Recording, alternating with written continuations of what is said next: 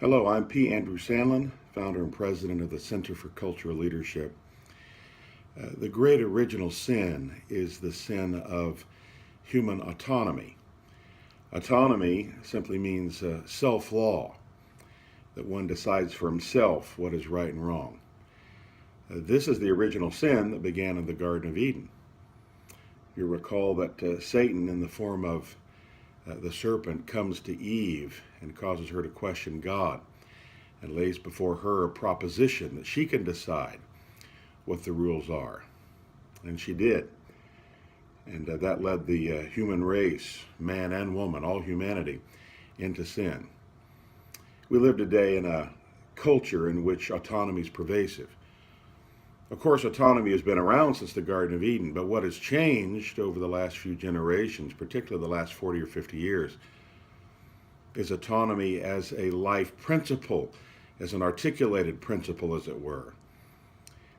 There's been a justification for autonomy in major universities and in politics and in the arts and education. That essentially is what's changed. The central area in which human autonomy has expressed itself is probably in the family, and I should say the erosion of the family. I'm in San Francisco, where yesterday we had CCL's annual symposium, and one of our speakers, Dr. Jeff Ventrella of the Alliance Defending Freedom, made the important point that if autonomy is at the root of the society's virtue, the new virtue, then the marriage simply cannot survive, because marriage and the family are inherently an anti-autonomous institution. The husband and the wife give up their rights to be autonomous when they join in marriage.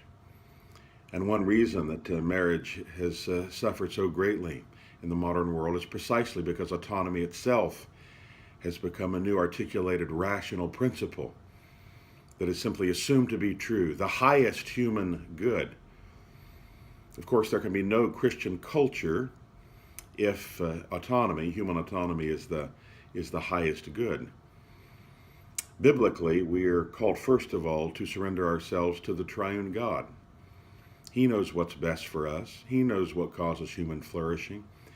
We live in a God-rigged universe. And therefore, to be autonomous is actually to be self-defeating.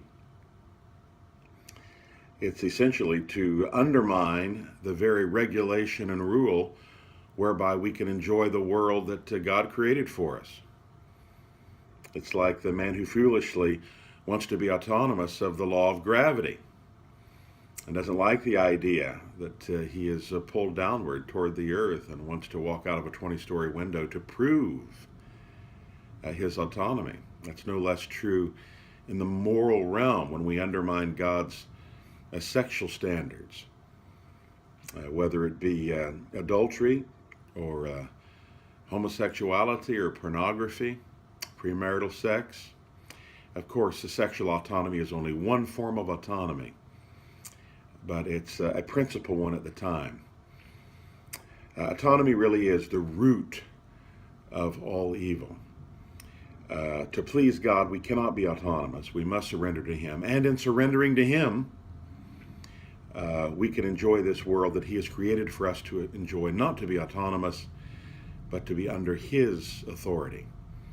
This is P. Andrew Sandlin, Center for Cultural Leadership, ChristianCulture.com.